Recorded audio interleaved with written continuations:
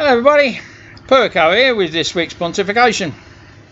Today's subject is, what do you tell an 18-year-old when they say, Mum, Dad, I really want to have a job in the future and I keep reading about AI, so what do I do? What do I learn about? Because I want to be able to have a decent life.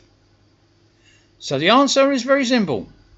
You've got to figure out what AI can do, not only now, but what it will probably be able to do in 2 years, 5 years, or 20 years for that matter. And you focus on doing something it can't do and something it will never be able to do. And some people might think, well, that's really difficult. Actually, it's not. There is a few things that AI will never get. One is part of our humanity, empathy, and also our physical dexterity. The other thing is our understanding, for those that do understand, is how nature works. Because AI, in a lot of ways, is like a lot of the commercial farmers these days. And they'll look at a field and they'll say, okay, well, I'm looking at this plant and it might need some fertilizer or an extra fertilizer. So they'll send a drone out and it'll drop a bit of, a bit of fertilizer on a plant that looks like it's doing a bit poorly. And then it'll throw some pesticides, some herbicides, because those two things are in the way.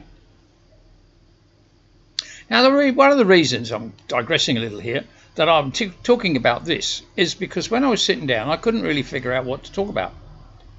So a little moth, I don't know if it was a moth or a butterfly, and it wasn't particularly pretty, it was just brown, different shades of brown, and it sat on my table and watched me for 5 minutes.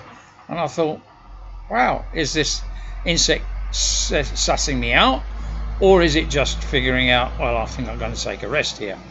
I know one thing, it took a poop on my table. That quite surprised me. I never thought about that. Anyway, going off topic. So what to do? Well, one is to understand how nature works and work with it. And definitely you need to understand what goes on underneath the soil, beneath the soil, and the cooperation between the microorganisms and the plants. Because there is a cohabitation, there is an exchange of goods, if you like, between them. And if you don't know about that, don't understand that, learn about it.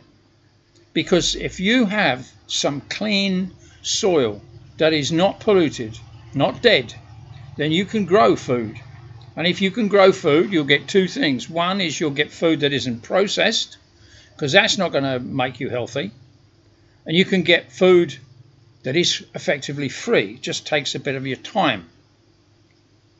But from what I can analyse, we're going to have so much spare time because they're going to have to give us money to do nothing because there isn't going to be the jobs. But I'm not going a bit off topic there. Anyway, back to what I'm talking about. So the things we have to look at is how to grow food, how to use our dexterity, and how to use our empathy to actually have a skill set that we can sell to people who will have the money to spend it, or the state to spend it. And that's another thing. Is the state going to have much money to spend anyway? I don't know about that. But there's an awful lot of debt, going off topic a bit here, I'm afraid. And there's going to come a point when it can't borrow that money anymore. And it's going to have to manage with what it takes in taxes. But then, of course, AI is going to kill all these jobs. So the tax base is going to get even smaller.